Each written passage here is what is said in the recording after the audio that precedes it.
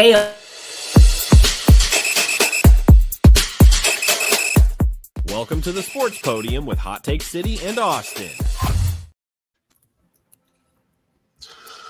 Well, guys, as you see, my co-host is not here. He's under the weather. And I got these two boys here with me, Vinny and Kale from the Vinny's Corner. And I brought in another guest tonight since Austin wasn't going to be here to fill his role. And there he is. Welcome to the stage, Mafia. What is up? What is up? Happy to be here. Go ahead and tell the people where they can find you at. I am at Mafia Members Pod on Twitter and Mafia Members Podcast on YouTube. And I have the other social medias, but I'm the most active on Twitter. You have the best chance of finding me there. And it's been doing it for about a year now, so it's been fun. Nice. Vin? As you guys can see, you can find me at Vin Casada1 on X. You can also get Vinny's Corner 1 on X as well. Same thing. Kale and I have been doing the show now for, give or take around a year or so, probably on and off. I got some new things coming out. So just real quick for boxing fans, I'm working with former heavyweight champ Hasim Rahman. I'm putting together an interview series. So I'll let you guys know more information on my show next week, but some things to come. Nice. Okay.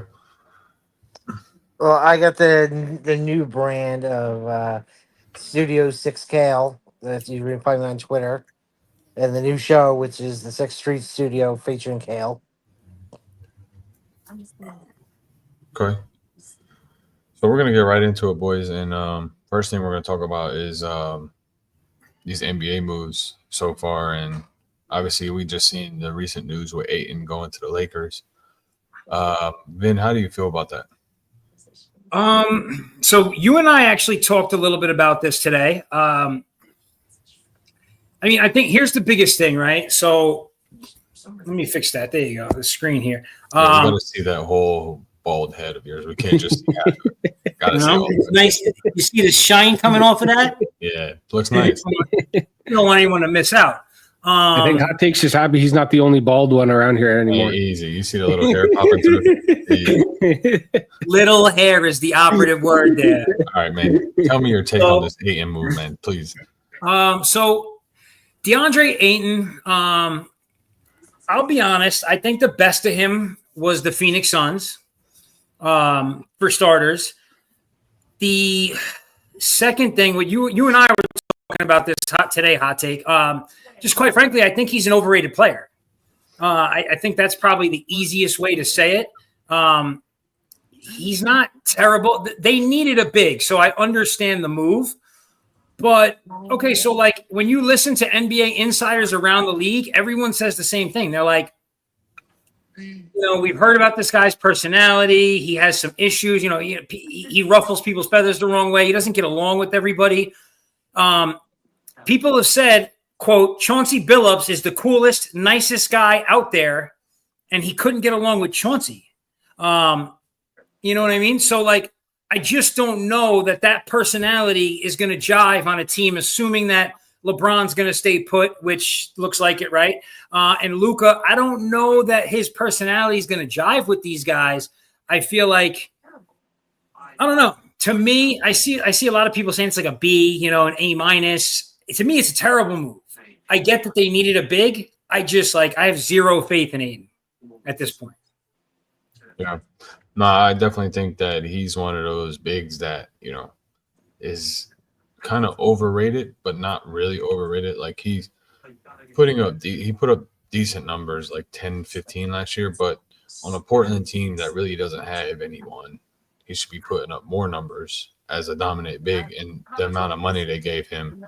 It's going to be interesting to see, especially with his personality with LeBron and Luka and Reeves. So we'll definitely see that.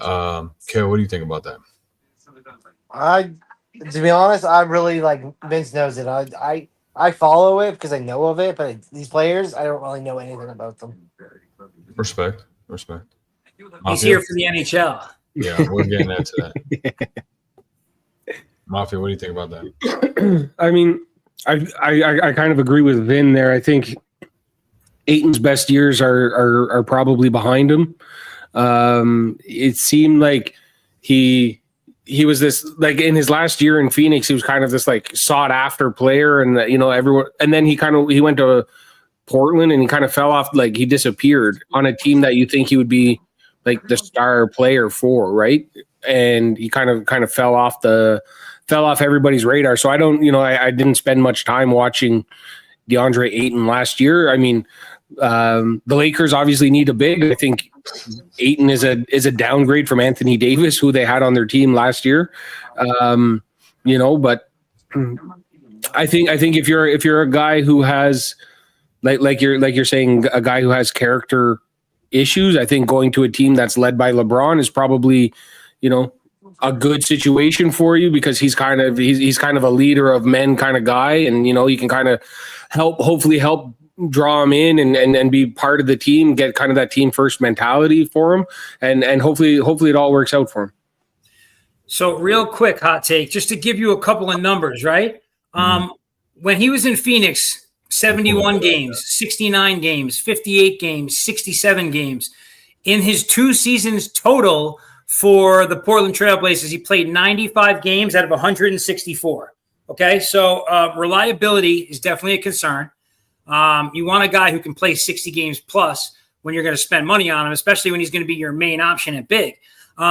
He's gone from scoring about 18 points a game with Phoenix to scoring 14.4. So his numbers, his time, everything is kind of – I'll give him – his rebounds have always been about 10 or 11 rebounds a game. He's still right there.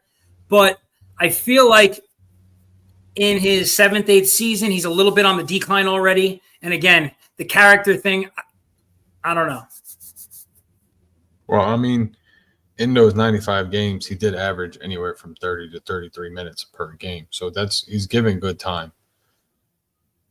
So, and then looking at it, I mean, he was shooting over 50% field goals, 80 and 60%,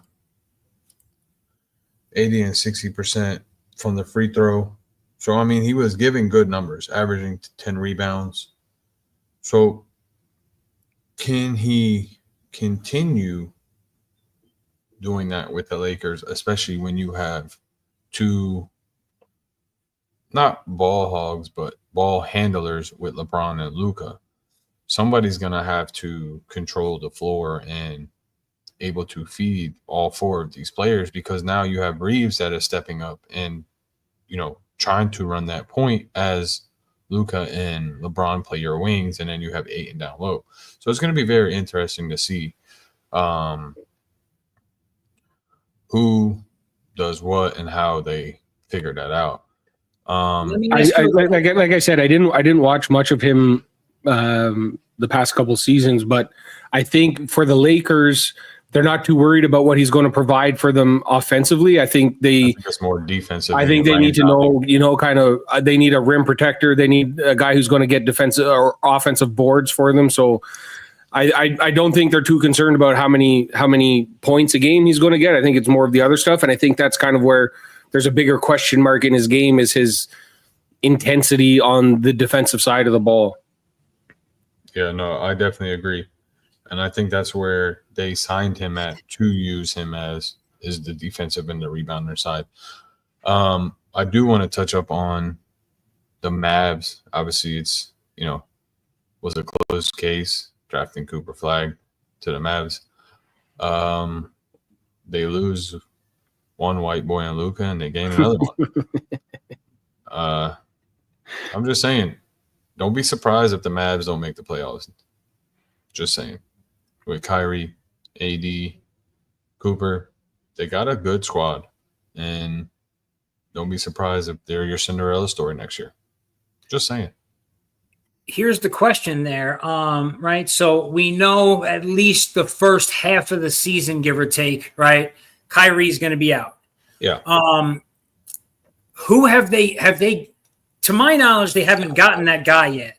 But who do you think that they look to bring in to run that position until, you know, like you need that ball handler, right? And so right now they don't have it. So assuming the rest of the team can do their thing and keep them, you know, within that top 7 positions, they'll be okay. But who's going to handle the ball for them starting out this season? It's going to be Cooper. There's no other option. It's going to be a Cooper AD pick and roll move like he was doing with Duke. I feel like that's a lot to ask of a rookie. It is. It is, but if there's a rookie to do it, he'll be the one to do it. He's a Duke fan, everybody. Don't do that. Don't do that. Don't do that. Don't forget that you're on my floor. Don't do that. Don't do that. Back in the day, like I don't follow college basketball as much anymore, but back in the day, I was a Tar Heels fan for sure. I mean, Cooper is him. I mean, but it is a lot to ask from a rookie. But the thing is, though, is we haven't seen a rookie come out of the draft since LeBron. Before LeBron, it was Kobe. So yeah, no, that's probably true. I don't remember much hype around a rookie. This much hype around other players. So I mean, in other NBA news, we had that trade between Denver and the Nets. We had Cam Johnson going to the Nuggets, and then what's his name? Michael Porter Jr. going to the Nets. What do you think about that, Ben? I love this move for Denver specifically. It helps them get out from under a little too much of a contract that I don't think was a good fit with Porter. I mean, he was good when he was good, but he really just hasn't been that guy for them in recent time, right? From the championship season on, like this last season and a half. Cam Johnson potentially fits really good with Jokic. So I like this move for them, and I think it frees up a little bit more money for them. I'm a fan for sure. Mafia? This is one I kind of don't really know too much on. I feel like the extent that I watch the Denver Nuggets is just for Jamal Murray, for the Canadian content, but that's pretty much the extent of my Denver Nuggets following. So I think Cam Johnson is a better role for the Nuggets compared to Michael Porter. Michael Porter last year, he had shoulder injury, I think, throughout the playoffs, so it was messing him up a little bit. But we'll see. But the biggest news, Bruce Brown back. Yeah, they brought Bruce Brown back. But the biggest news so far is the Knicks signing Mike Brown as head coach. The Mafia, please. As everyone knows, I'm a huge Knicks fan. Obviously, Ben is a huge Knicks fan. But as a Knicks fan, Ben, what is your opinion on this move?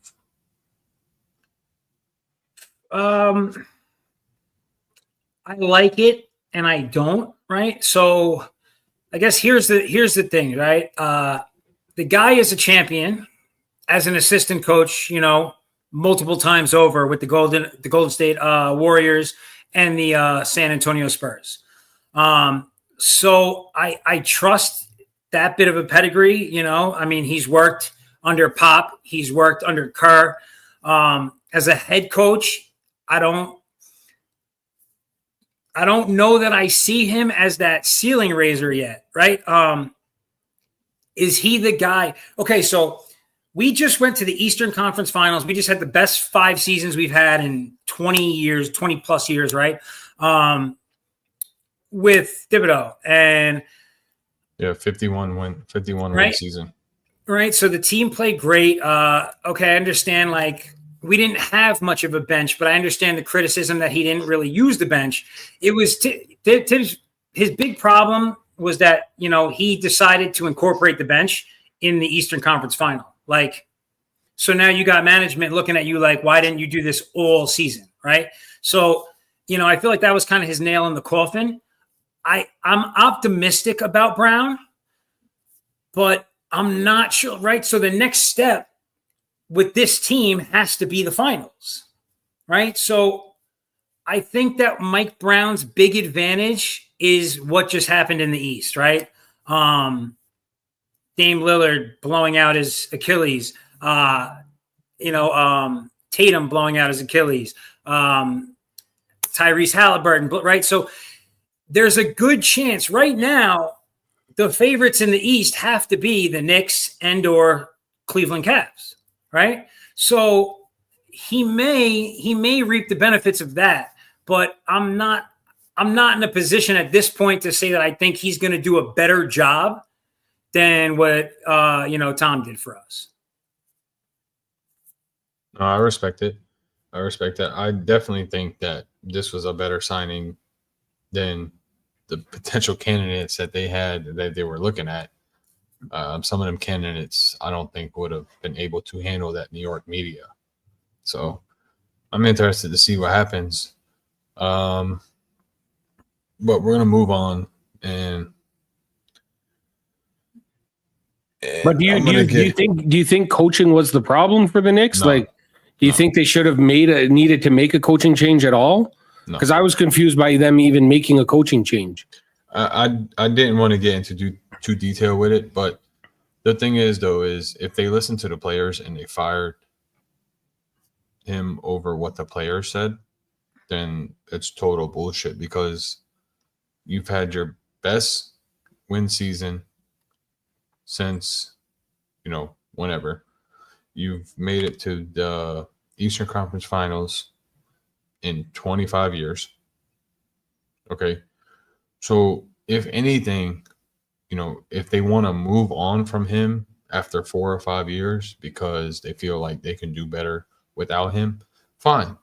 But if they fired him because they're listening to what the players said about, playing too many minutes, then that's just dumb in my opinion. Yeah. It's just dumb. No, I can see it like the Bills are kind of in the same spot where it's like, are you making a coaching change just for the sake of making a coaching change? Because you feel like Tibbs has done all he can do with the team, and that's kind of where the Bills are at right now with McDermott. But sure, the new coach might be the best of the available coaches, but is he actually an upgrade in the coaching from the coach that you currently had on your team? No, not by all means, no. But will he be able to fit that role better for what Leon Rose wants? Maybe. We don't know yet, obviously.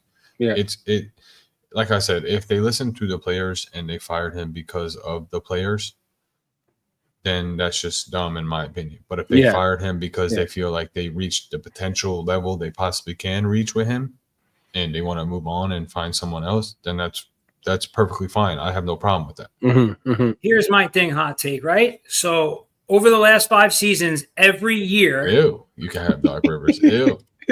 Crazy talk. So every year for the last 5 years, the team has gotten a little bit better, a little bit better, a little bit better, right? Now, a part of his identity is defensive grit, which the team, and partially because of the construction of the team, we did get away from.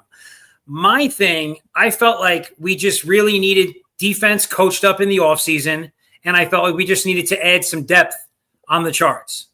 And I think that the team as constructed with depth enough, 9 guys, maybe 10 guys total that could really play as opposed to 7, maybe 8. I think that this team could have won the title going into this season.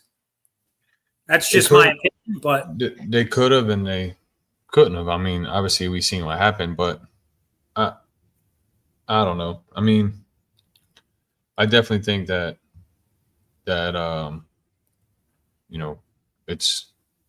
we'll see what happens. I mean, they definitely need some depth to the team. They definitely need to get some of their starters a bigger break during, important games. So we'll see.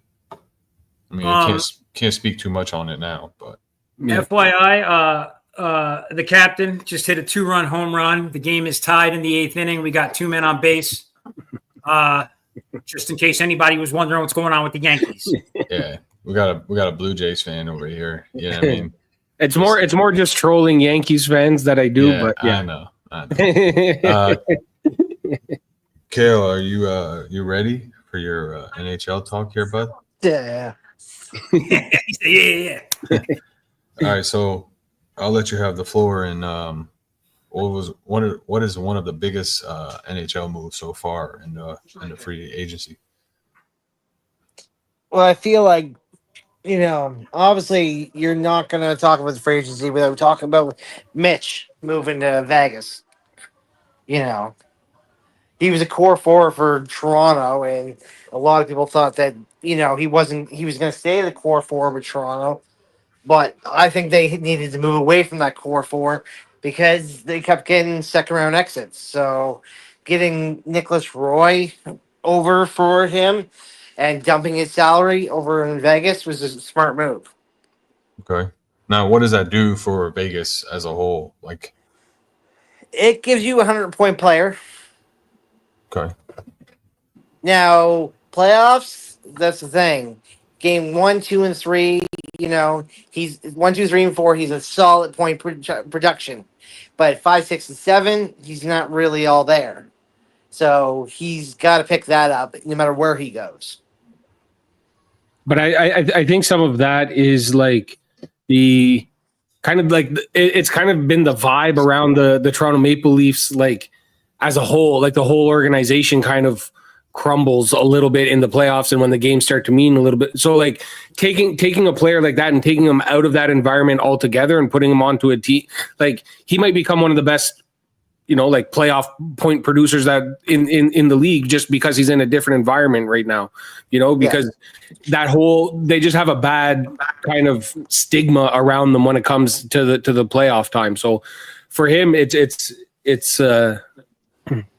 I think for him, it's going to be a great thing to get out of Toronto. I mean, you haven't won a championship since '67. Anytime it's a better time to get out of Toronto. Ben, what do you think about that, Ben? So obviously a lot of us Golden Knights fans have been anticipating this move for Marner for weeks now. To the point where literally the conversation's been, I hope we don't get hit for tampering. Right. As you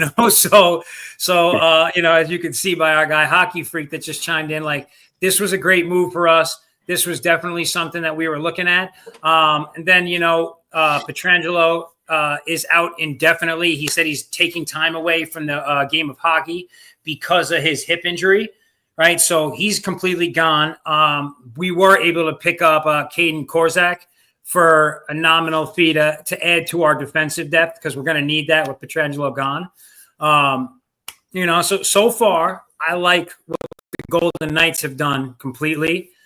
I'm not sure how this move helped Toronto, in moving off of Marner. That is, I don't really get it from their side, but I completely get it from the Golden Knights side of things. Yeah, well, take it like this. This is the way I take it with Toronto. You got too many leaders on the ice. You got to take one or two away so they can focus on how they play. They've been trying for however long it kept being called the core four.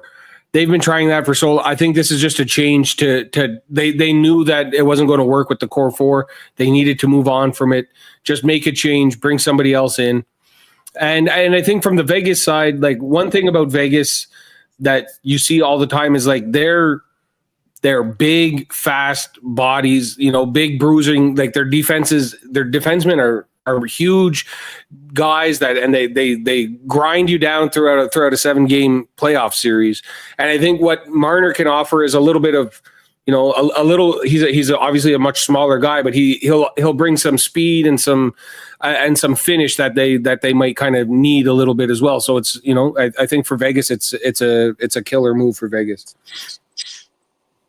All right, agreed. I seen something about Florida re-signing one of their veterans? How big of a move was that for them to re-sign him, especially going back to back? If you look at their, I'd say I'm not going to use the core four, but like 5 or 6 players that they have, they got them locked up now till 2030. Okay.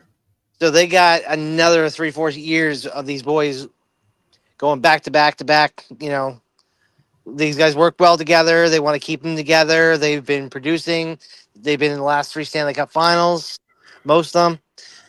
Like, they lost some key pieces. Like, Nicholas Hag just left, you know, and stuff like that. Like, you know, there's a few guys that have left, but they picked up Marchand, which is a hell of a move for them to pick him up. Because I think Toronto was looking to pick him up if they lost Marner. But Well, that was the thing. A lot of people were even talking about, Marchand had even talked about potential retirement, you know. And so they re-signed Marchand for an extra 2 seasons. 6. 6? Yeah. Did they? I didn't know he was that long. Sam Bennett, I knew was that long. Yeah, because they've been making trolls about him because he's 37 years old. They're like, this guy thinks he can play till he's 43. And then they got Some hockey players are Ekbald also. Aaron Ekbald, they also re-signed as well. So Yeah. I think that, like, that team, if any team is primed to really make themselves a dynasty right now, it is the Panthers in any sport. And that's what I was saying. Like, up until 2030, 2031, they are locked in with most of their key players. So, has any team gone back to back to back winning a championship? 3 times? Yeah. Yeah. And We're talking- I'm saying we're- hockey. I'm talking about Yeah. in hockey. Yeah. The Mhm. Oilers went 4 times in a row. That's the last time we've seen 3 or more. I think the Oilers have done it. I think the Islanders did it back No, in the 80s. Islanders were the last team to 80, do 3. Islanders 81, 82, 83. Yeah. And then I was born went and the 4. Islanders never won again. Yeah, they won 4. They won 4. I was 10 years, but 80 also. after that schedule. So Yeah, it was wait till 80, you 81, 82, 83, 84. And then the Islanders between 85 and 1990. Okay. So the chances the Panthers do it again. It's quite possible. Like, they it'll went be- back to it'll back be to back tough, in like- playoff. So Because So like here's even this year, this Stanley Cup Finals, last year's Stanley Cup Finals, in this year they went 7 games against Toronto. They went 7 games in the Stanley Cup Final against Edmonton Oilers back to back years. Like, sure, 6 this year. they're winning, but it's like, 6 this year. was it 6 7, this year? yeah, it was 6 because they would have went to Edmonton for game Tom, 7. Oh, that's right. Yeah.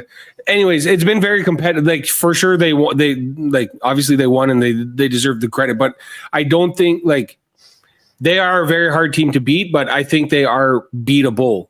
Is what I'm trying to get. Everybody's beatable. Everybody's beatable. So what I think, right, and Mafia touched on this, the size of the Vegas Golden Knights, right? Well, that's the same thing. The way that he described Vegas is exactly how people describe the Panthers. And the team who knocked them off and stopped them from being a dynasty to begin with was Vegas. The last time they played 3 years ago, Vegas is the team that beat them.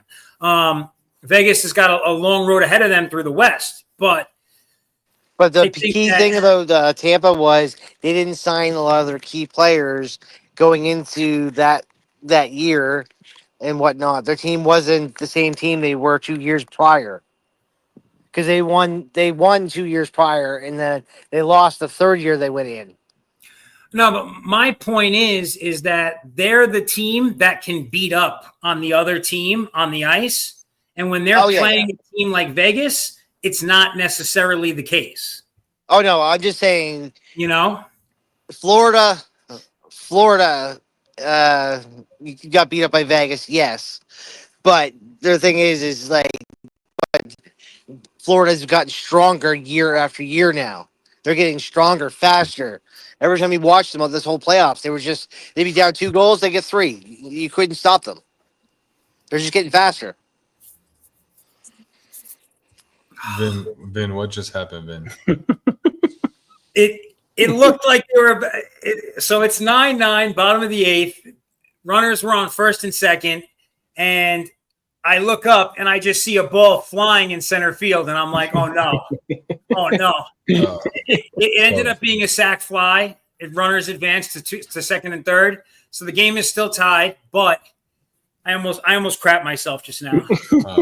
I can't watch Yankees baseball like this because I'm liable to have a heart attack. Back to this hockey.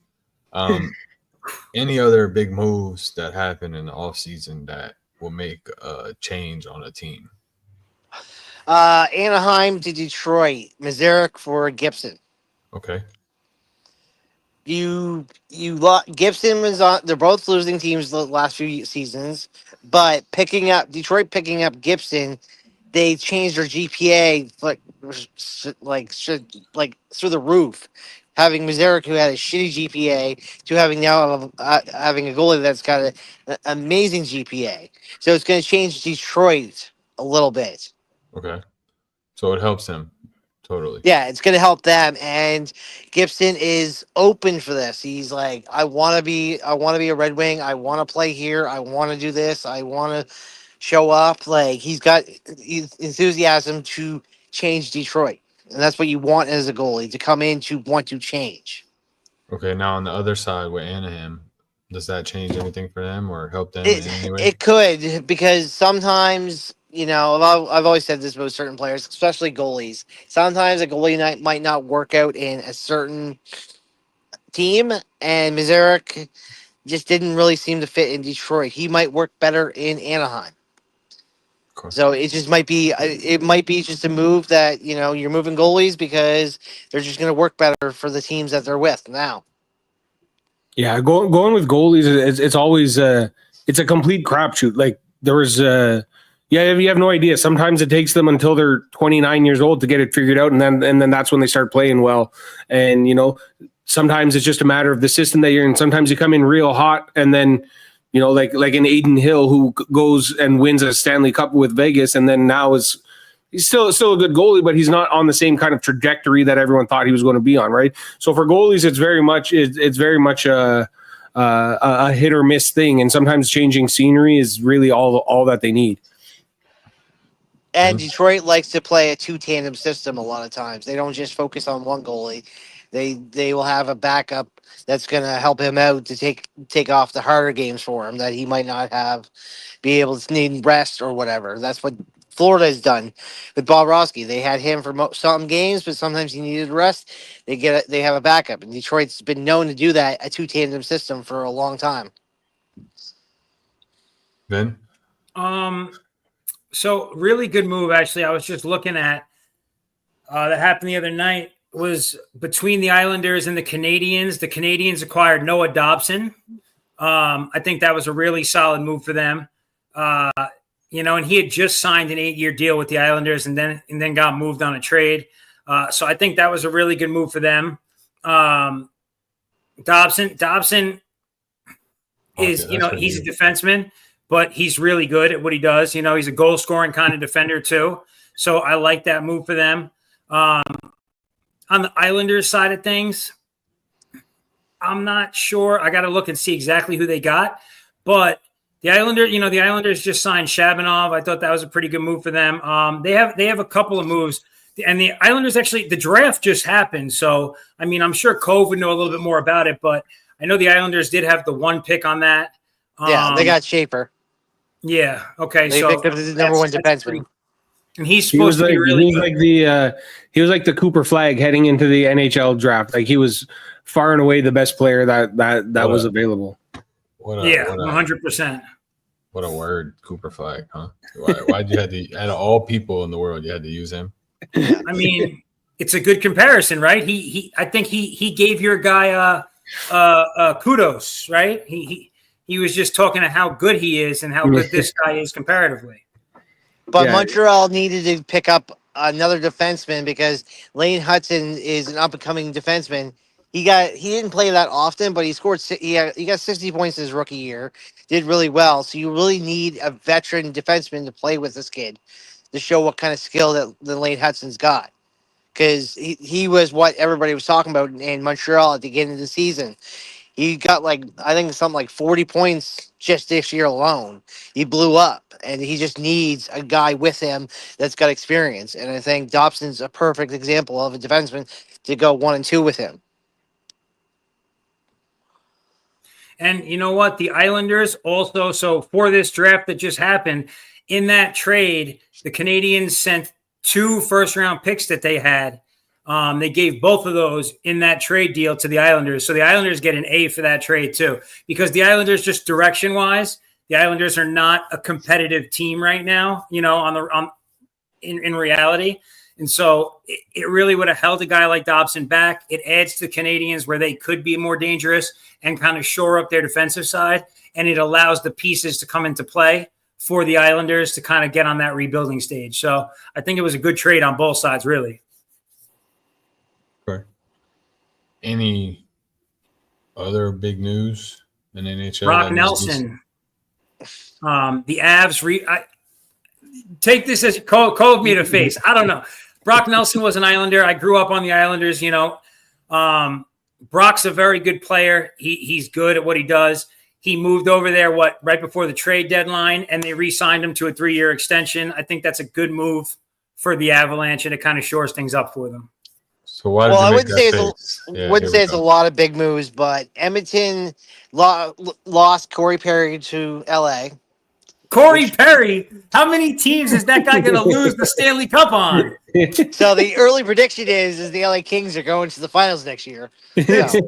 Every team he's on goes to the finals, and they all lose. I think he's been on 4 or 5 different teams. Oh, my God. Yeah, he's been on 5 different teams in the last 6 years. Bro. And lost 5 out of his 6 times he's been in the finals. Unbelievable. Anaheim's the only one he's ever won with. But the thing about Corey Perry, though, is he's one of only 3 players in the league who has won every actual award.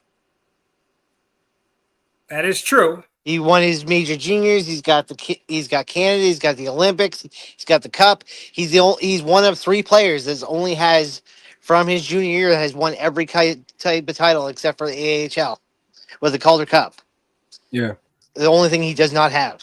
It'll be interesting to see him in LA because LA plays Edmonton in the first round of the playoffs. It seems like every single year. So that'll be tough. LA hasn't beaten them. I think Edmonton has won 5 years in a row. I think something like that, 4 or 5 years in a row. So, but Edmonton did lose to see how that they lost 3 key players that helped them get that to the playoffs the last 2 years. So Edmonton's going to be a little bit different next year. Yeah, I feel like as long as you have McDavid, you'll be all right. Yeah. Until next year, he decides to leave. Then he can come to Ottawa. Well, that's the big news on July 1st was he going to sign an extension? And he's going to decide if he's going to sign that extension going into the next year's playoffs, more likely. We'll be talking about it all season about is he going to re-sign with Edmonton or is he going to go elsewhere?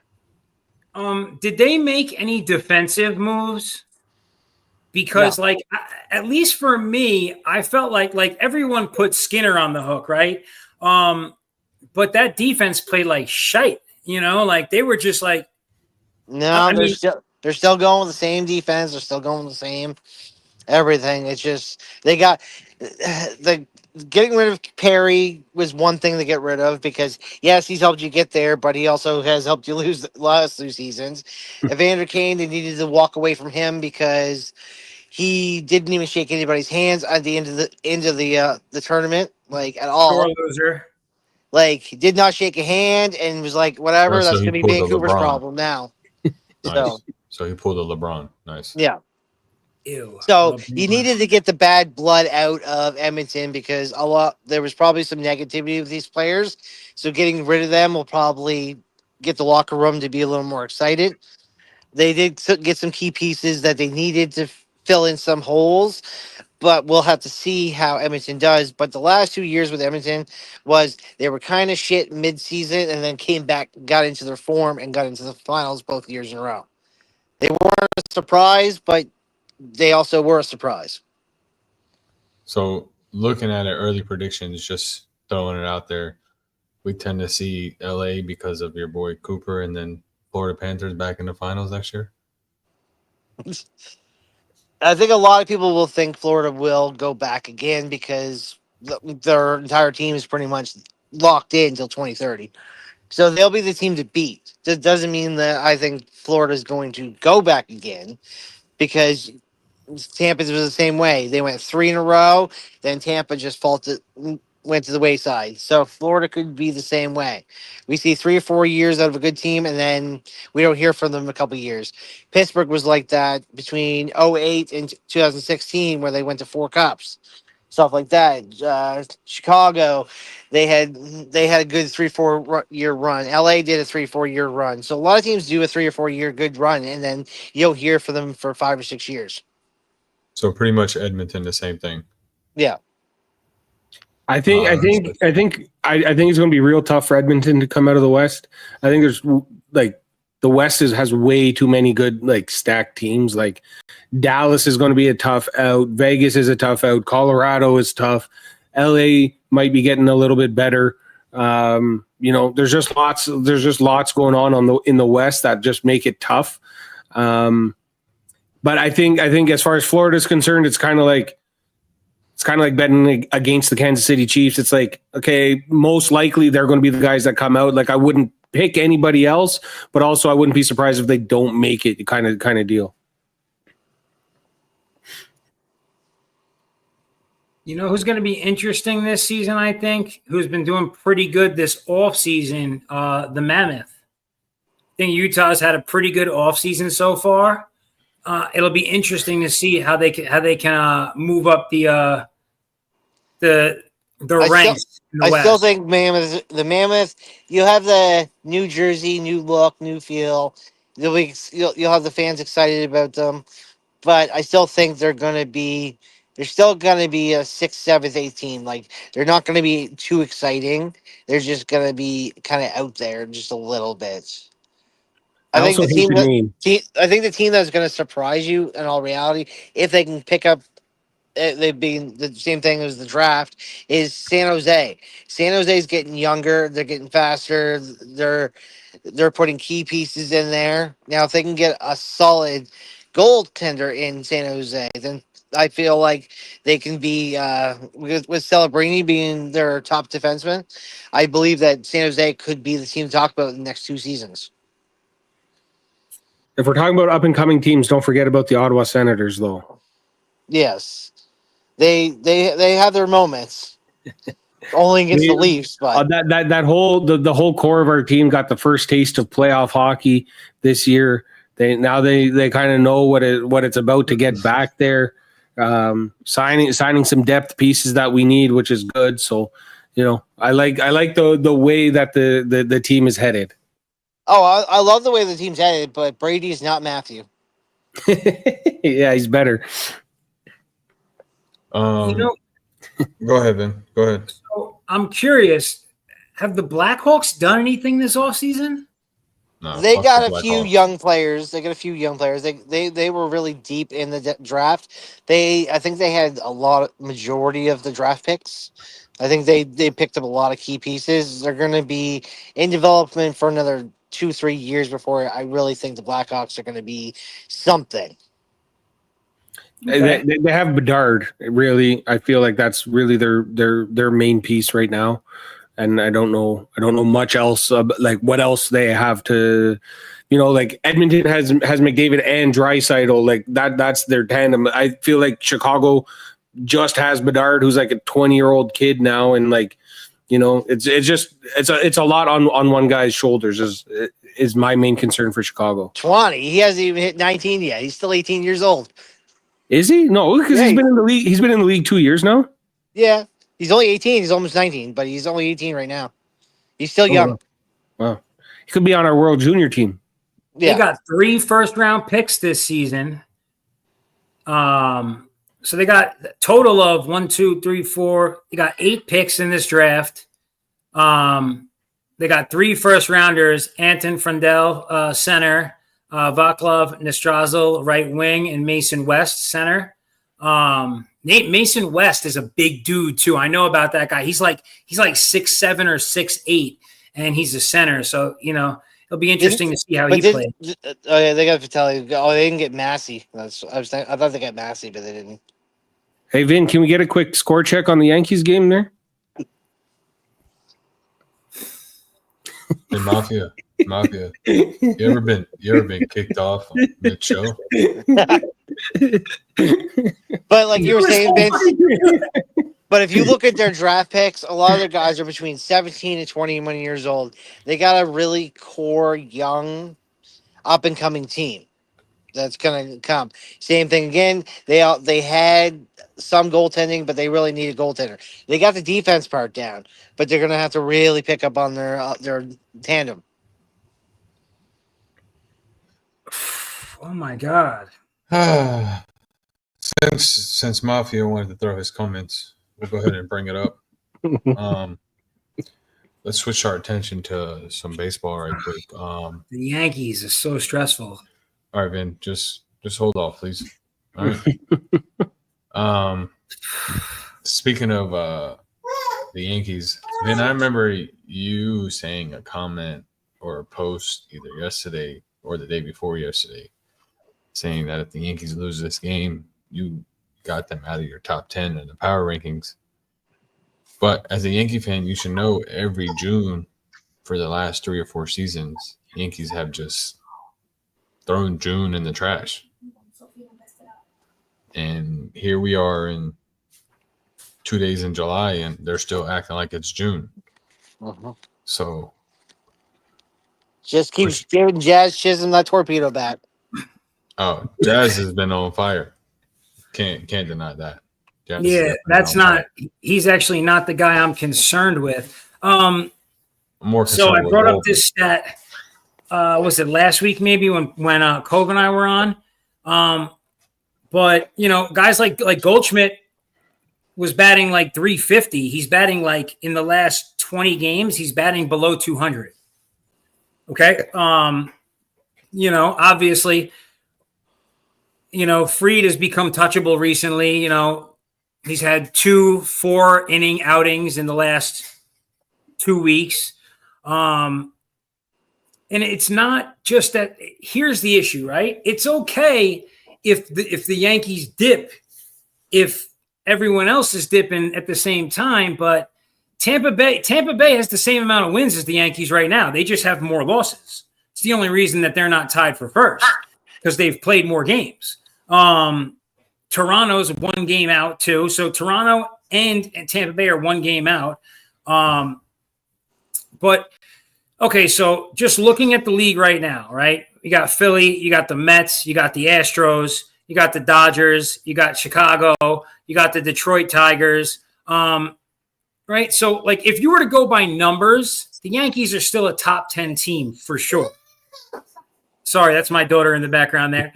But my concern is, right, we're out of June, we're in July, we're about to hit the All-Star break. Like, these guys need to get this figured out by the All-Star break, because we can't go into the second half. We're already in the second half, really, of the season.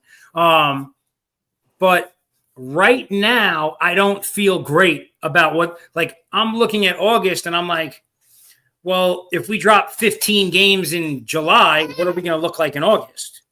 We're going to be a third-place team at this rate. So, we'll see what happens, but we just lost 3 in a row. Are your concerns high? A little bit. Respected. So, are your concerns high? No. This is listen. And as a New York fan of all sports, right? Middle of the season concerns don't really bother me. It's when, obviously, you don't ever say, no games don't matter. Obviously, these games matter because, towards the end of the season, the last couple of years, the AL East has been, won by a couple of games. It hasn't been really a clear winner. Last year, the Yankees and the Orioles went down to pretty much the last month fighting for that division. So, obviously, these games matter in the middle of the season when some people like to say it doesn't matter, but this is a normal New York thing. All New York teams like to crash out in the middle of the season, and then towards the end of the season, the last couple of years with the Yankees and the Knicks tighten it up and bring their best ball game to the game. You know what I mean? So not concerned yet. Now, if this carries into the middle of July after All-Star break, then no, the concerns will be high. But as of right now, no, this is just a normal Yankee thing for the last 3 or 4 years. June, July, beginning of July, they just crash and don't look good. But the question I want to ask you, and since Mafia, you're already talking, biggest surprise so far in the MLB season, going close to midseason or at the midseason mark? For me, I think it's maybe not like a surprise, maybe in a negative way, but I thought like Baltimore would be a lot better than they are. I feel like they were supposed to be a lot better than they are, and they're kind of, they're down in the bottom of the division. And like you said, last year they were battling in that for that first seed right down to the end of the season, and everyone was like, okay, they're coming back. This year will be that much better, and it really hasn't worked out for them this year. Okay. Vin? Biggest surprise, you know what? It is a surprise and it isn't, because I kind of watched the development over the last couple of seasons, but the Detroit Tigers are just playing phenomenal baseball. To be a 54-win team at this point in the season, the only other team being a 54-win team being the champion LA Dodgers, who have, a who's who roster. It's been pretty exciting to watch them. Now, obviously, they've got Scooble, but it isn't a one-man show. Like, Scooble's got a good amount of wins. Mize has got a good amount of wins. Riley Green's playing good baseball for those guys. So Detroit's been a really pleasant surprise. They're fun to watch. They're not a home run hitting alone kind of team, like the Yankees are. They're a pretty complete baseball team, and it's fun to watch if you're a real baseball fan. So they've been like a real pleasant surprise. And on the bad side of things, I mean, what do you even say about the Colorado Rockies? Like, 85 games in, they have 19 wins. Like, that's wild. They're on pace to do worse than the White Sox did a year ago. They stole the White Sox playbook. That's what they did. Terrible. You thought you were worse? We'll do better. We'll do worse than you. It's amazing. But that's like I was telling Vince about that is, if you guys didn't know, was Colorado has only had 9 years above 500 in their 30-plus years of playing baseball. Did not know that. That's actually a very interesting stat. Yeah, 9 times they've been above 500. Every other time they've been below 500. Okay, who's your biggest surprise so far at the midway mark? I would say it's Detroit too, but I'll throw out one name that's the most surprising. It's the resurrection of Javier Baez. Yeah. Why is that? Because the last few seasons, that once he came from Chicago, you thought you were going to sign this big man that helped resurrect Chicago, and then he literally just shit the bed. And then all of a sudden this year, he just woke up, and Baez is playing like 2016. Nice. Yeah, he's playing good baseball. So has any of you seen the All-Star roster yet? No. I have not. Yeah, just released. All-star starters. Let's see what we got. It came out today? Oh, here we go. Okay. Biggest surprise to me on the AL side, not going to lie to you, is Torres for the Tigers. Oh, bro, Gleyber Torres that's another guy for Detroit. He's been playing phenomenal. Well, that's the thing. For the Yankees, he was okay. He wasn't bad. Yeah, but for the Tigers, he's outperformed himself and taken that starter role to the next level, and pretty much just shit in the Yankees' face. But I deserved that position, and this is what you get for not re-signing me. Yeah, man, he's had a great season. So,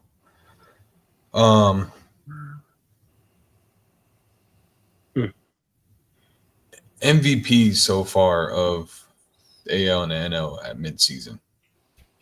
We'll start with you, Kel. Well, I think everybody will be pretty much on the same boat with Aaron Judge being the AL standout for sure. I can't see anybody else really taking it from Aaron Judge. Okay. Now on your NL side. ML, it's Shohei. It's always gonna be Shohei. It's always been Shohei. But my sneaky pick for the NL is Pete Crow Armstrong. Okay. I like that. Any reason why?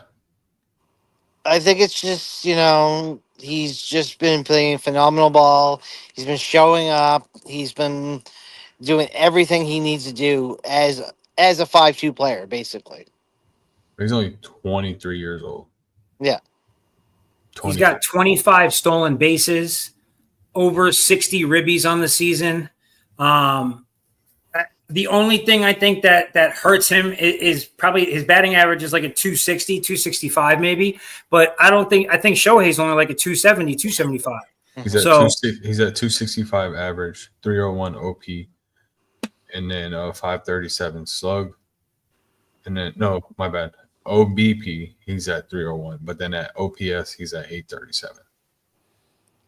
Now, the one fun fact they gave Vince last week about it was, do you guys remember Rookie of the Year? Yeah. That's his mom. Pete Crow Armstrong, that's his mother. Dude, that's actually, I completely forgot this conversation. That's crazy. Yeah. That's his mom was the actress who played the mom of the kid who went to the Cubs. And now 30 years later, he's actually playing on the Cubs. That's crazy. Wow. Yeah, they talked about it at the beginning of the season when they were talking about him. They brought it out, the whole thing about his mom acting and all that stuff, and the fact that he's on set in the '90s, fucking literally, like this shit. His mom's on the set in the '90s, having her kid play for the Cubs, and now it's 2025, and her kid actually plays for the Cubs, and he's an up and coming rookie. Wow, that's actually very interesting.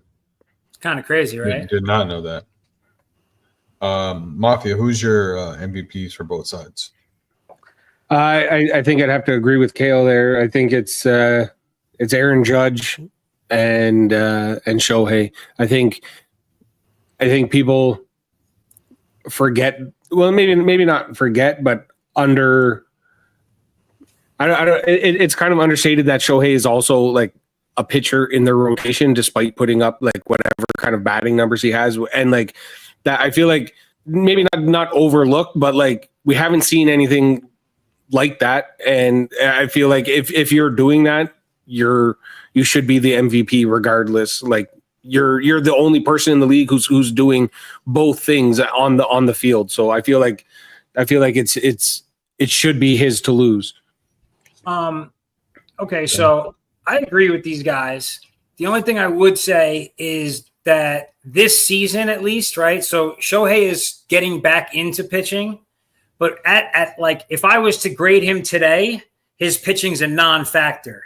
He's only pitched like 5 innings total in more than one game. So right now, that's not really a factor. But when you look at the potential for the latter half of the season, right? This guy goes into the playoffs. This guy starts pitching 5-6 innings, and we already know how good he is at it, right? With 40 plus stolen bases, 50 home runs. I mean, he really is a unicorn. Like no other way to say it. He's completely different. All right, so you're gonna be surprised with my answer.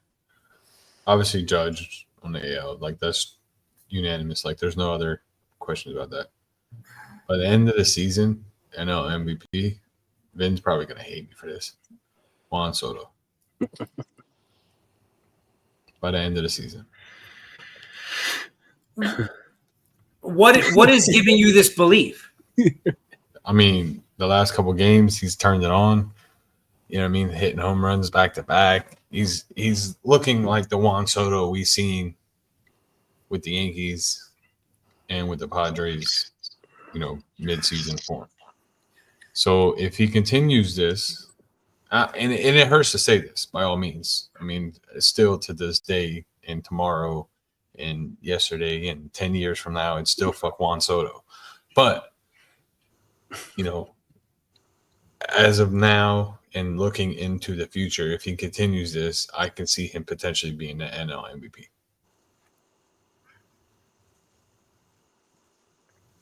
Okay. I told you. Okay, so now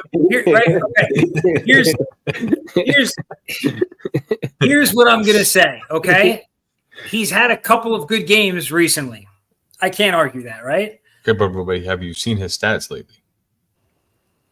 Well, I mean, I've seen his stats for the season, right? And so at the end of the day, he's not on pace for an MVP season. So he would have to have like a 400 batting average.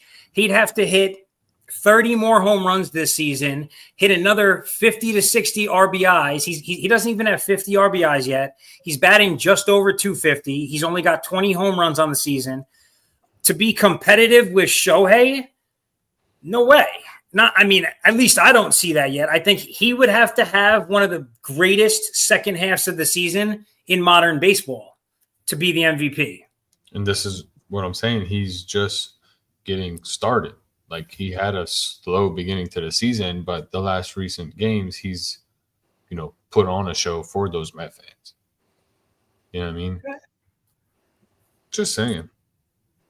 Listen, I'm not. I mean, listen, not, he's at 62. He's at 62. No, he's at 47 RBIs, and he's at 20 home runs. So if he can get close to 50, which I could potentially see happening on home runs, and obviously over 100 RBIs, which will be a little difficult, but I could definitely see it happening. I mean, his OPS is at .895, so his OPS is there. He's not even in the top 10 right now. He's not. Listen, I know you hate to hear it, and I know you hate to talk about it. That would be like me saying that Vladimir Guerrero Jr. should win the MVP on the AL side. Okay, look, they just got swept. Right, by the Pittsburgh Pirates. In that sweep, he had 10 at bats. He had 3 hits total. Right, 1 in each game. Okay, in his last. He's had maybe 3 multi-hit games in the last 3 weeks of baseball. And multi-hit, I only mean 2 hits, not more. He's had multiple games where he's had no hits. 1, 2, like I don't know. I don't see it. And listen, I'm not saying he won't be up there. He might be top 5 by the end of the season. I just don't like seeing him surpass. I think Crow Armstrong has a better chance of taking MVP than I do Juan Soto right now. The Mets, depending on how things go, the Mets could not even make the playoffs. Stop it. Please, man. Please. A real possibility. Like, listen, I'm the biggest Mets hater, but the possibility of them not making the playoffs is very slim. Who else is out on the NL side besides the Dodgers that could potentially knock the Mets out and not make the playoffs? Well, the Mets are in second place now. So right now they're looking at a wild card, right? Philly's the number 1 team in that, right? Philly's the number 1 team in that division right now. But legitimately, right? So let's just say the winners right now, Chicago, Dodgers, Phillies. Let's just say that's how it shakes out. Milwaukee has 48 wins right now. St. Louis has 47 wins right now. San Diego and San Francisco are both very solid teams. If they're not in the NL West, they're a lot more dangerous, right? So I don't think it's a guarantee by any stretch of the imagination that they win today, like right now. You know, like the AL is a little bit more of an easy path, I think, to a wild card. Actually, oh, wow, look at this. The Yankees are now tied for first with Toronto. Everything just updated. So we're not even a first-place team. The Yankees, technically, we're listed second. So if it went tomorrow, we'd be a wild card team. But I don't think that the Mets are set in stone at this point. It's going to be how they play the second half. Just saying. Don't be surprised if Juan Soto's up there. I would like to see the Mets I would like to see the Mets win the NL. I'm not so you actually dislike the Mets. I don't. Can't stand the Mets. Yeah, see, I'm not that guy. I will cheer for the Mets as long as they're not playing the Yankees. I have no beef with the Mets. I'm from New York. I grew up going to Shea Stadium all the time. I have no beef with them. I just don't legitimately see right now. They're a wild card team right now. No discussion about that. That's just the reality.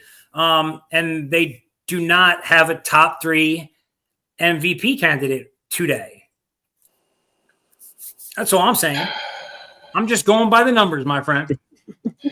All right. Analytics. Moving on to the last question for MLB. Okay, and I know we touched up a little bit on player-wise, but I want to know team-wise, biggest downfall from last year to this year. And Mafia, we'll start with you. Besides the Orioles, I know you said the Orioles earlier, but biggest downfall. I know, but the problem with them is though they overachieved last year and they shouldn't have done what they did last year. Bro, they haven't been good. They haven't been good in years, and then all of a sudden in 1 year that's just. Yeah, I mean, to be honest with baseball, I really just follow the AL East because that's where Toronto's at. So my answer is going to be Baltimore. I feel like they are the answer to this question because, like we said, they were right there to the end, and now they're nowhere near. So that's my answer, and I'm sticking to it.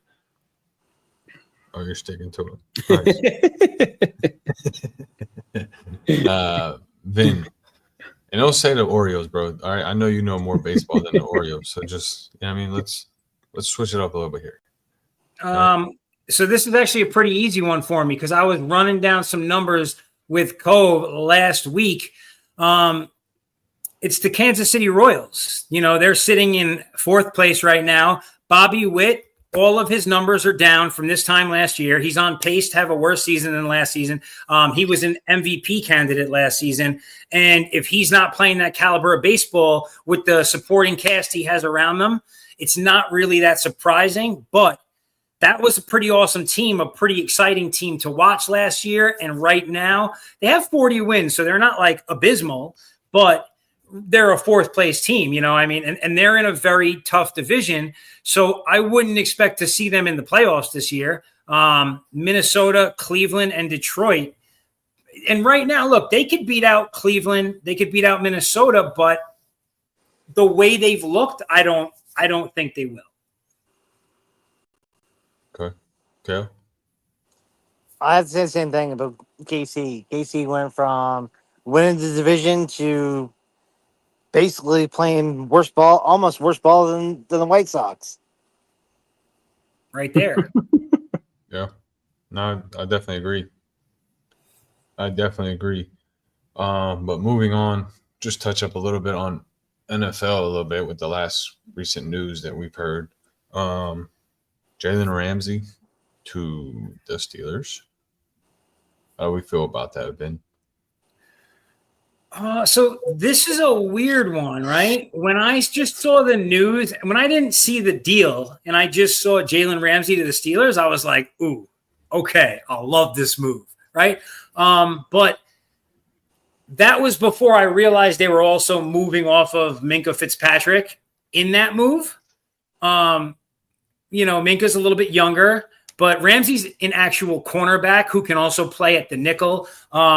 I think he's a little more versatile in his secondary roles than a Minkah Fitzpatrick is. Maybe 2 years older. He fits right in with the aging core of the Pittsburgh Steelers, 30s plus, right? They've got a guy my age on the team. So I do think for them this is a good move. I think this is a good move for both teams. And I really think this was a good move, not just because of Jalen Ramsey, but because of because of Jonnu Smith also. So I think the Steelers actually won this deal. I think that Jalen's good. And I think that playing on like a real defensive minded team, with that, because they have that identity. He plays good like that in Miami, and Miami's wild. I don't even know what we call that. But, Mafia can speak to Miami's football. But I expect to see Jalen have a better season this year than he did last. So I like this move 100%. Mafia? Yeah, I mean, I feel like the Pittsburgh Steelers, they made moves that, like, on paper make them look like a better team. But I don't know on the field how much it's going to improve their team. I feel like Jonnu Smith, Jalen Ramsey, these are guys that our best years are definitely behind them. I don't know how good Jalen Ramsey is compared to the other corners that are in the league, the other guys that are out there. So yeah, I feel like we're just waiting for the inevitable. Like, we signed Aaron Rodgers, now we got to go sign Alan Lazard, and we're just waiting for them to kind of complete that whole like trifecta and like just try and run it all out for this one season. Like, I don't know if they're building towards anything, which is the issue with some of these moves. Is kind of seems like a more of a go all in for this season with what we can get. It might be potentially Mike Tomlin's last year, depending on how the season shakes out for them. So this is their final kick at the can, and they're just going to try and grab names. It feels like they're just grabbing names as opposed to trying to make their team better. Kale?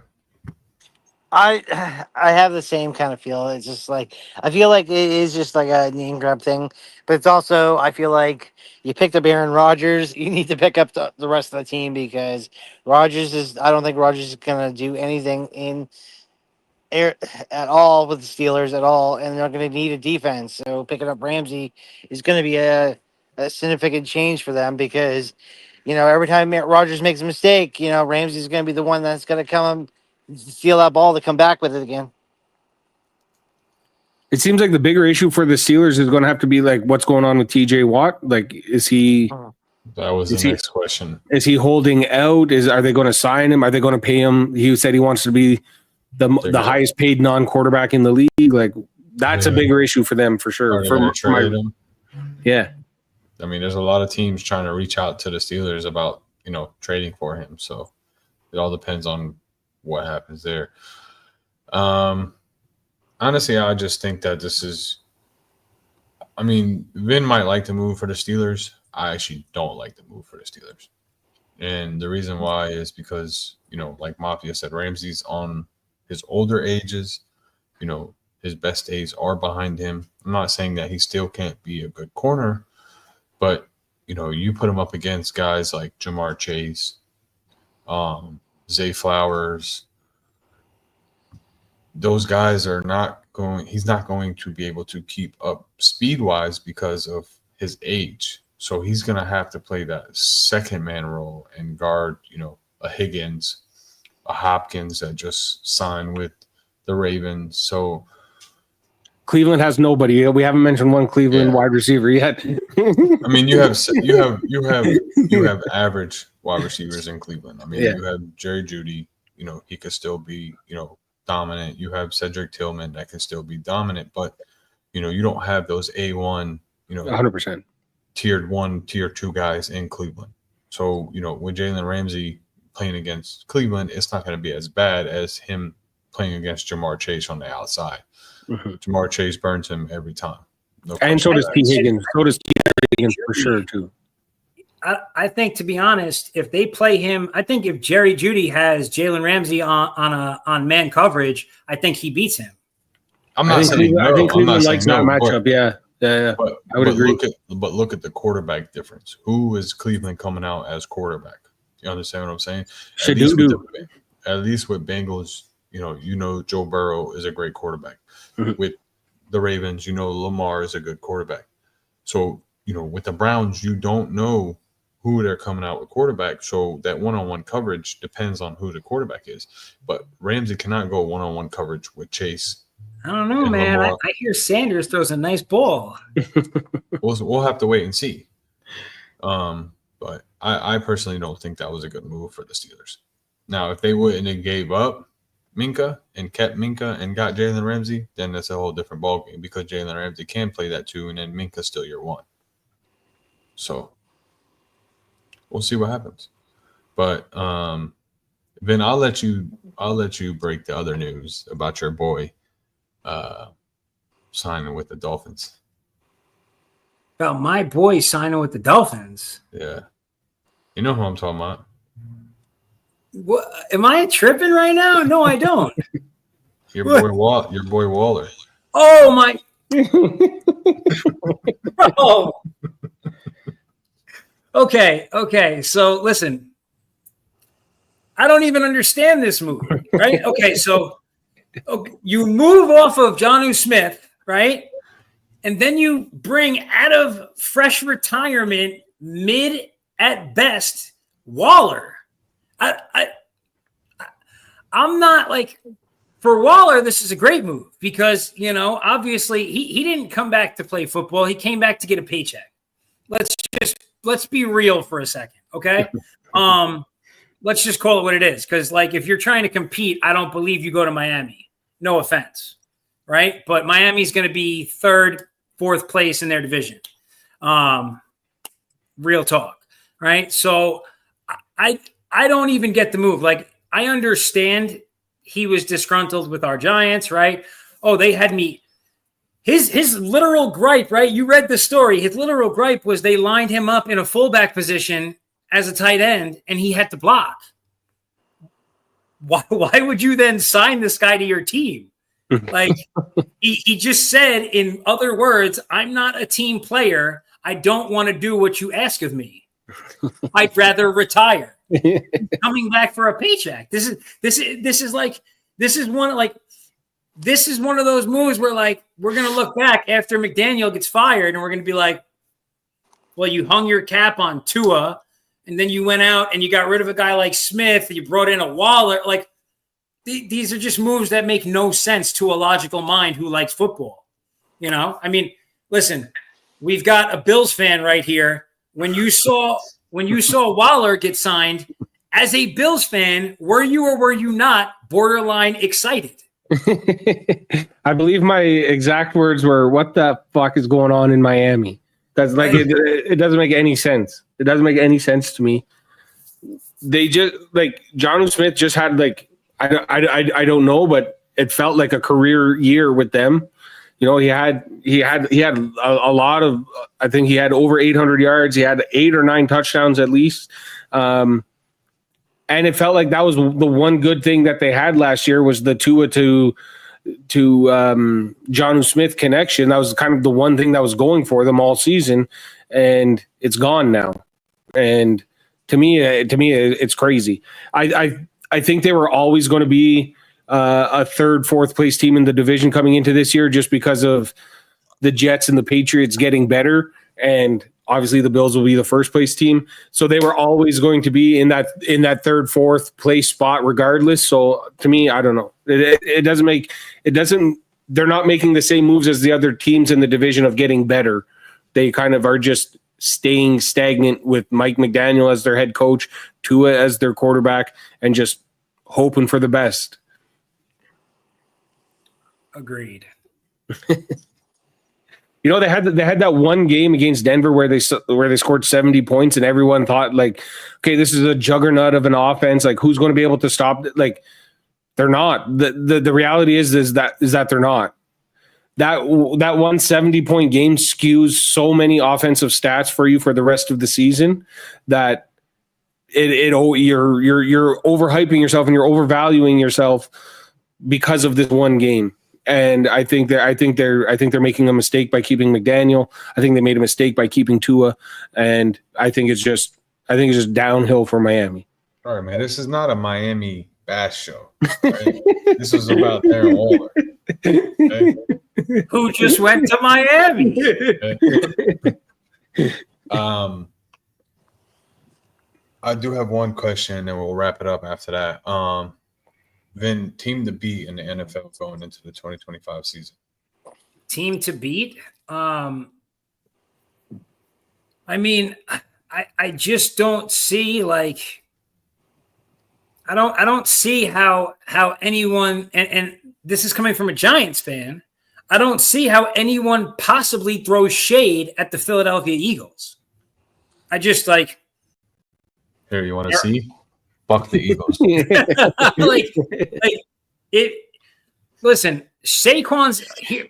Here's where the difference is going to come from. Saquon's not going to have a 2,000-yard season back to back, right? So let's say he has a 1,500-yard season, which is still awesome. But you know, I mean, they return Smith, they return Brown. I mean, Jalen, like people can hate on Jalen Hurts all he wants. I've watched the guy play 2 Super Bowls, win 1, and outduel Pat Mahomes really in both of them.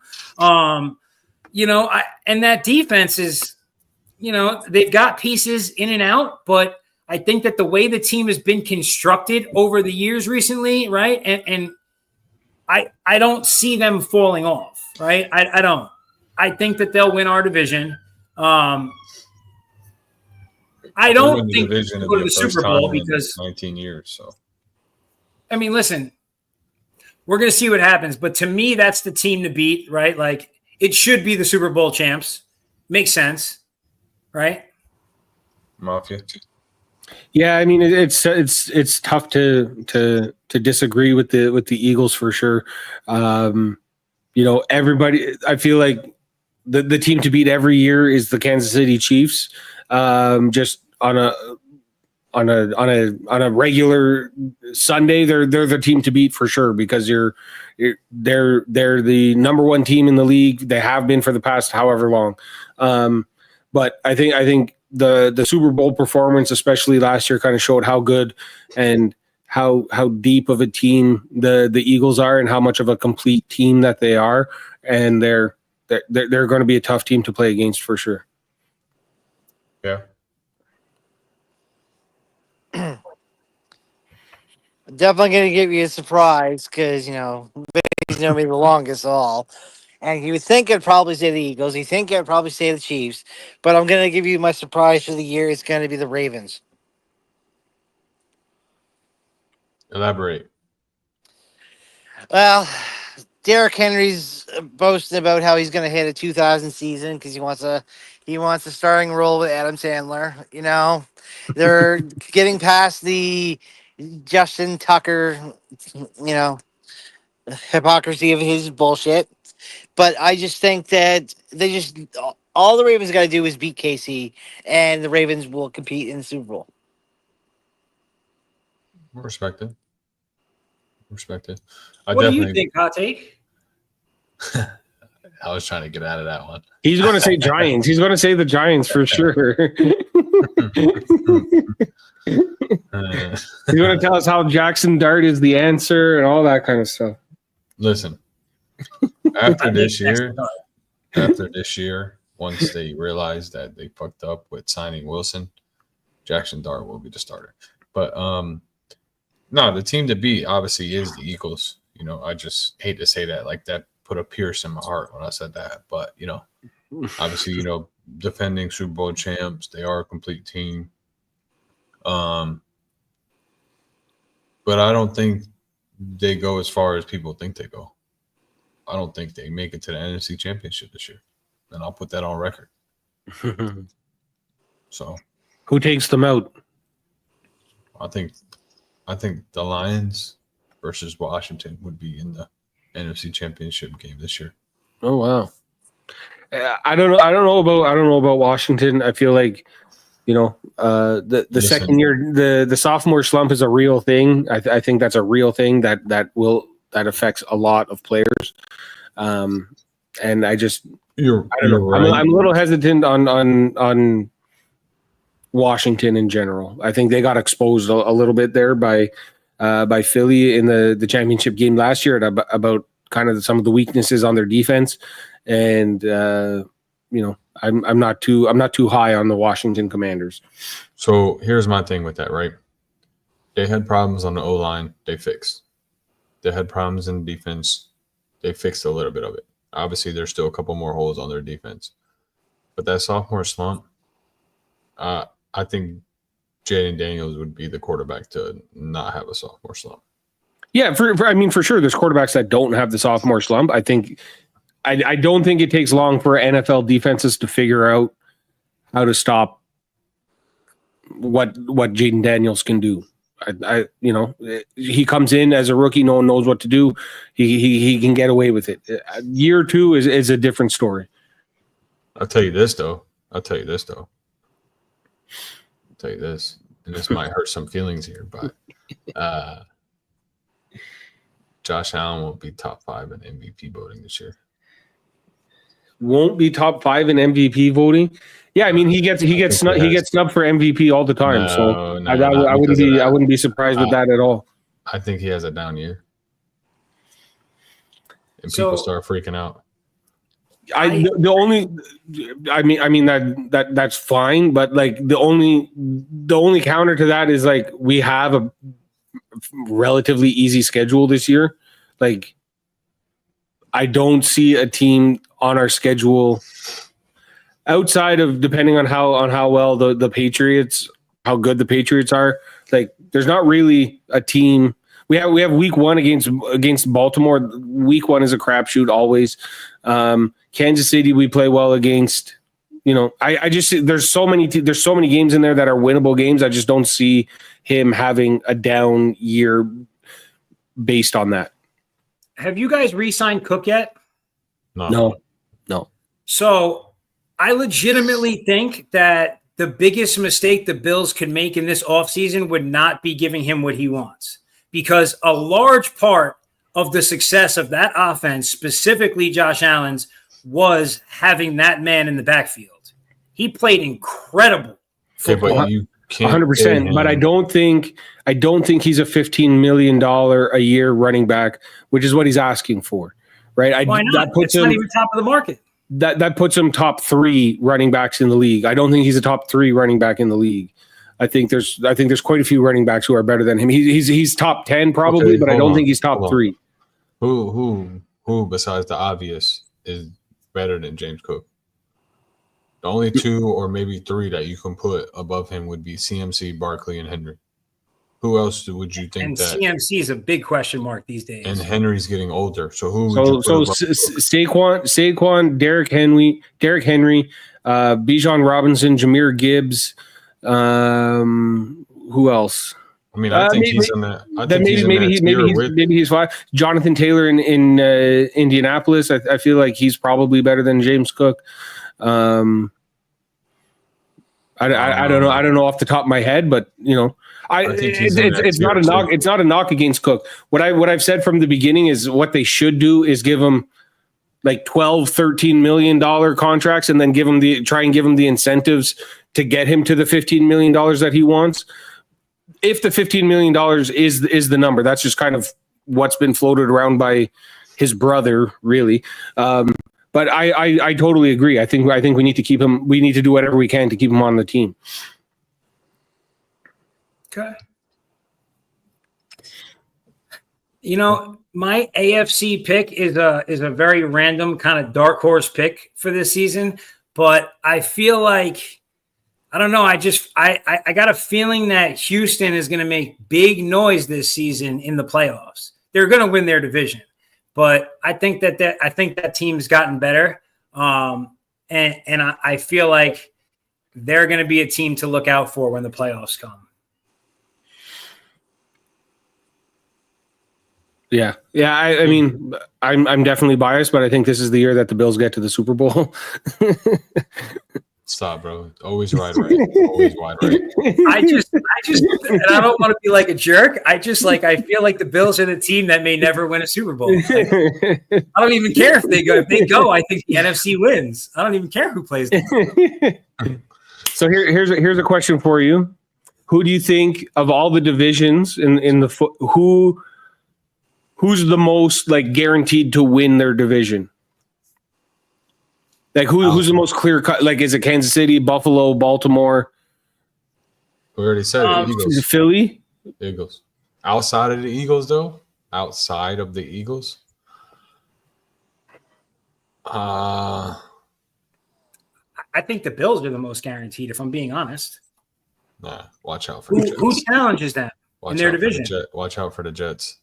Like legitimately, okay, let's just say Dak I comes just back. said watch out for the Jets.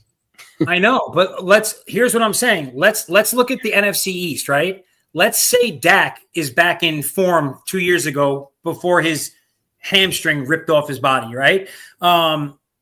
He was one of the best quarterbacks in the league. He's got more weapons, right? The Commanders don't have a slump, and they come back doing their thing. Like, I don't think the Eagles are a guarantee today, but if the Bills don't win their division, bro, I don't know, man. That's what I'm saying. I feel like they're like the easiest lock to win the division, and I feel bad. Like, you feel bad kind of overhyping your team too much, but like that. You know what I mean? That's all you do is overhype your team. Well, he's a Bills fan. But that being said, he's also got the Patriots, the Patriots are a real up and coming team. I don't think they'll win the division, but I wouldn't be surprised if they pulled off a wild card. But I think the Houston Texans have their division locked up too. You know, last year was their slump, their sophomore slump, and they still won the division, right? So I feel like the four of us, if we all put on pads, we could win that division. What division? Well, now that Danny Jones is in the mix, I don't know. Looking at the standings from last year. Yeah, like I don't think Jacksonville's good. I don't think Indy is good. I don't think I hear Tennessee's not good. It really is Houston in that division for sure. I don't know, bro. Don't sleep on Tennessee though. Cam Ward could really shock some people. You know how? So I mean, how they've done a lot of work to on there. Who's to win that division? To win that division? Yeah, but who's a division? Who's their wide receiver number one? Tyler Lockett? I don't know. Tyler Lockett. So you think rookie Cam Ward is going to throw to Tyler Lockett enough to win 11 games, 12 games, whatever it's going to take to win the division? With a defense that can't stop a nosebleed, like I don't think it's. I think they have a very tough road to win the division. Honestly, yeah, I could see it. If Houston has I don't know what Houston's done some work on the O-line. I don't know what it's going to look like yet, but if Houston has shored up those offensive line problems, they're going to have Joe Mixon and Nick Chubb as a 1-2 punch in their backfield.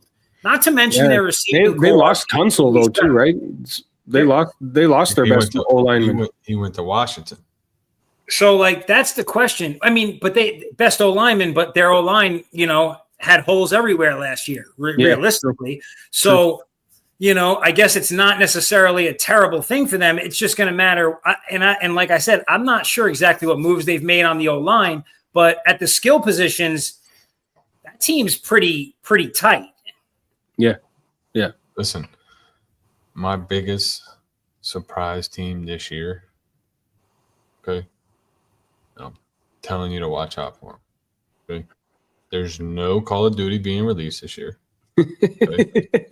You know what? I agree with this take for sure. I agree with this take. No Call of Duty being released this year. Yeah. They signed major pieces to their defense. Okay.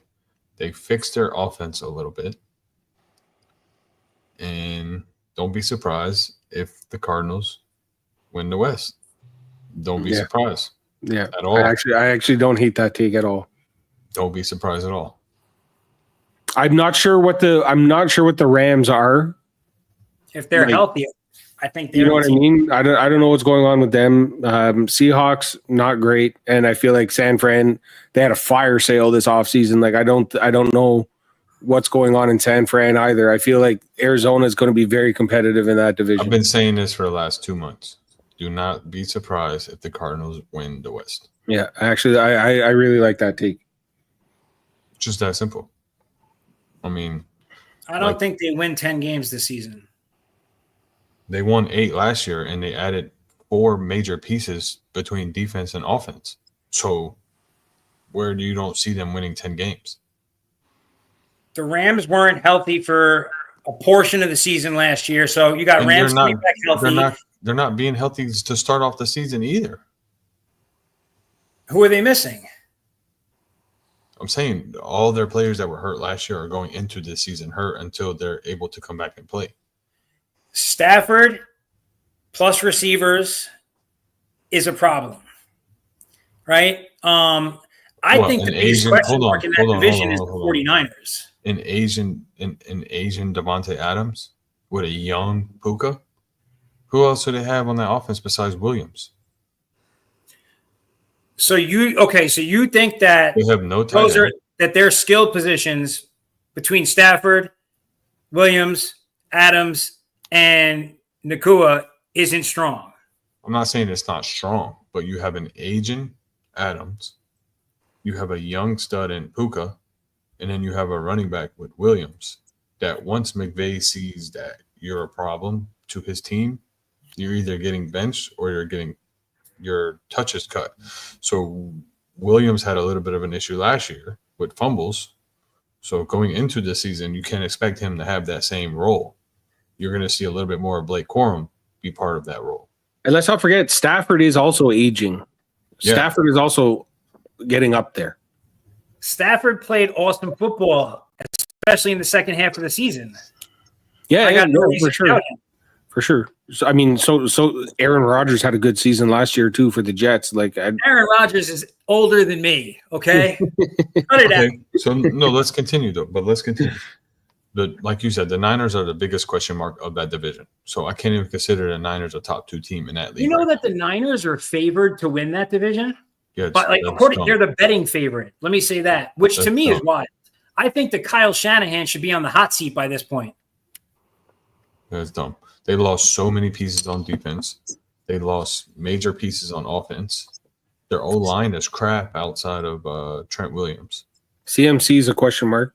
CMC is a question mark. CMC, okay, so what's wrong with his Achilles on both sides? It's a tendonitis problem, which means it's coming back this year. Both his Achilles died. It's not like simple. It's not like he's healed. They were a little bit better. He's going to come back. They're going to overuse him, and then he's going to be out. CMC's not playing a whole season. No way.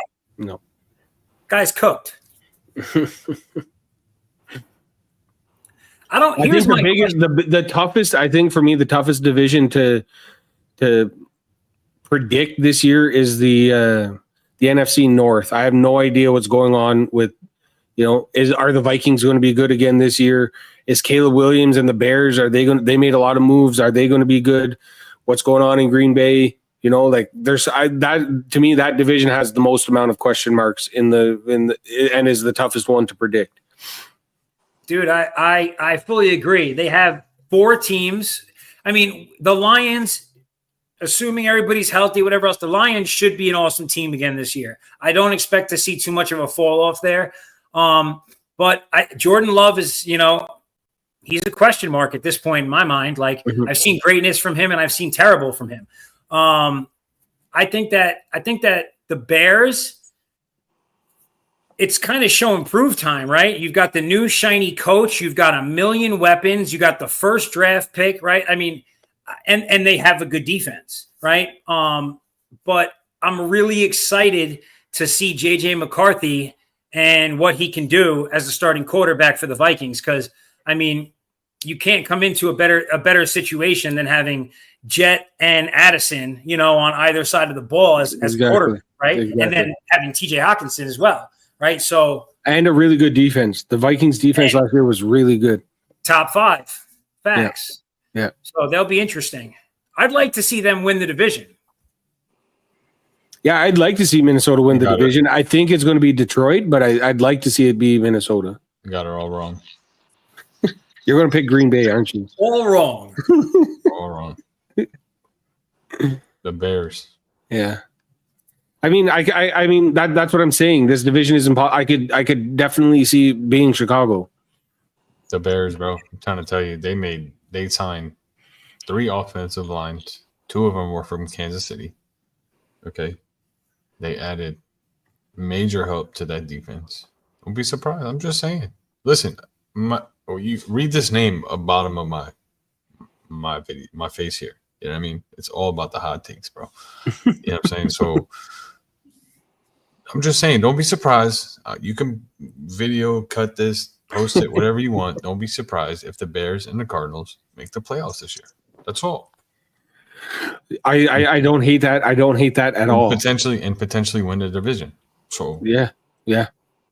That's what I'm saying. I think of the two, I think it's more likely that Arizona wins the division than Chicago winning their division. I think Arizona has the better shot at doing it. But I think Chicago's division is tougher. Yes, don't get me wrong. Yeah, compared to Arizona because of the teams that are in there with the question marks they have.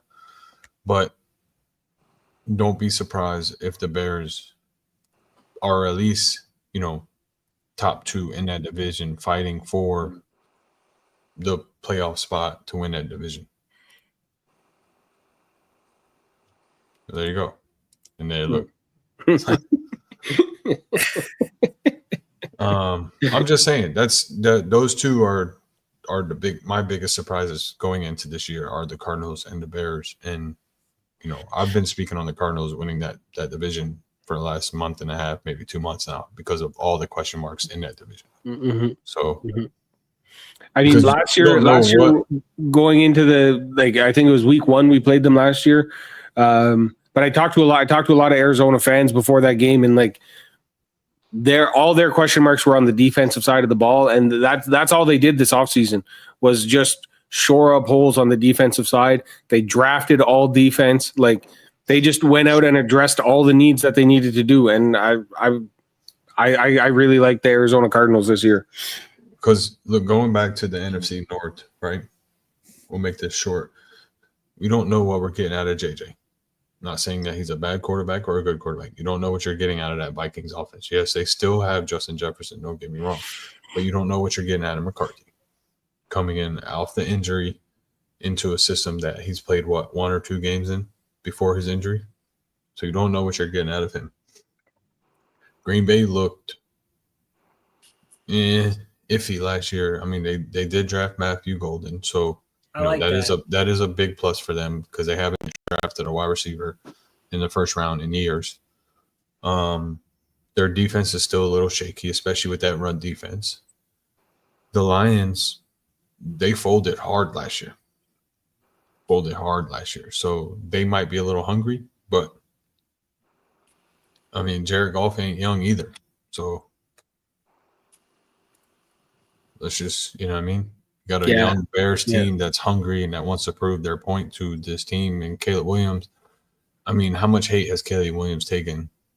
I mean, he wasn't even considered last year as rookie of the year because everyone from week 2 said it was Jaden Daniels. So, well, so here's the big thing. And I do think Ben Johnson, because Ben Johnson's kind of known as a very he's a step-by-step kind of guy, right? So I think that he'll fix some of the mechanical problems because a big part of the problem, and people don't realize it. Well, he was the most sacked quarterback, but that's because he held the ball. He's holding the ball over a second longer than the average quarterback throw. So say the average throw was 2.3 seconds. He's holding it for almost 4 seconds. You know what I'm saying? So it's going to be, this is a real season of evaluation now for Caleb, right? You got the coach you wanted. You've got the weapons. You've got a better O-line than you had. You already have a good defense. So, he doesn't get to have a sophomore slump. He has to produce higher than he did last year. He's got to be a better quarterback. I don't think his numbers were that horrible last year either. No, he's good. Guy's got talent. It's really, he tries to go off the cuff a little too much. You're good. You're not Pat Mahomes. Mm-hmm. Pat Mahomes, at this point, they've got it worked in to where he can kind of write the script as he goes when he needs to. Caleb's not there. Caleb has to get, he's got to work into the system the right way, get acclimated to what Ben Johnson's doing, right? And then because of the kind of offense that Ben's going to run anyway, he's going to have a lot of opportunity to kind of add his own oomph to it. You know what I mean? But I think he's just got to work out the basics, and he's got to be a leader. because he admittedly, like, he came out one time and he was like, we've got a lot of veteran guys on the team. So, I'm just, here trying to like follow the lead and learn what I need to. And it's like, listen, Jaden Daniels didn't come to follow the lead.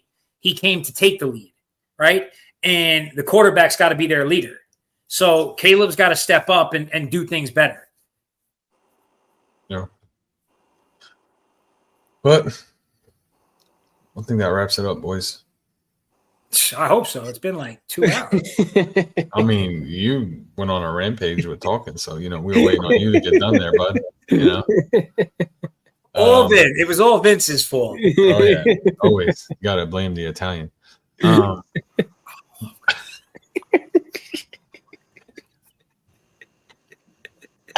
those that don't know, I'm not Italian.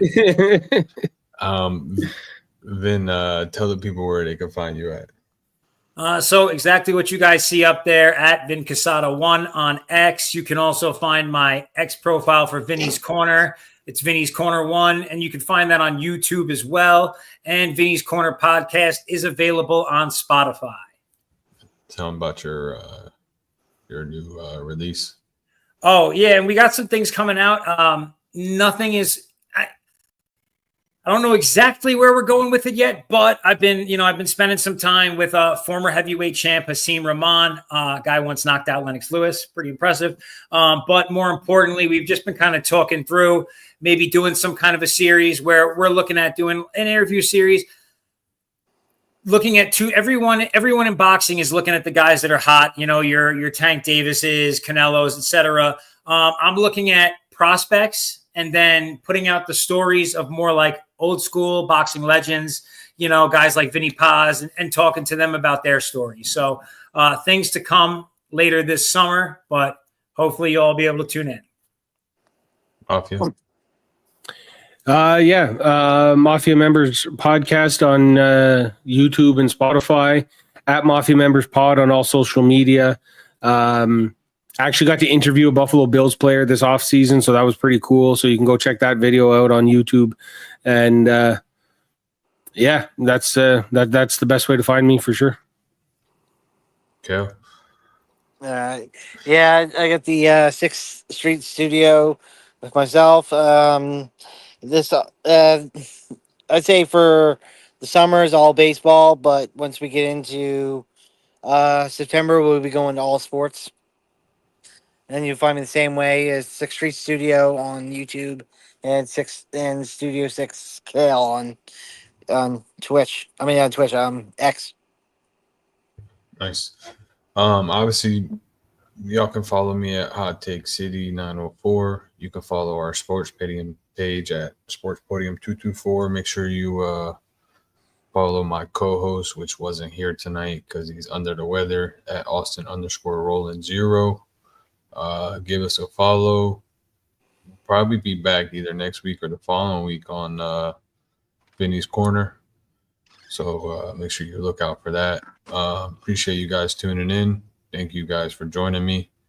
Happy July 4th. Happy Canada Day to all the Canadians out there. Happy July 4th to you guys. Mafia, don't enjoy the long weekend. Appreciate you, boys, and we'll see you next time. All right. Yeah.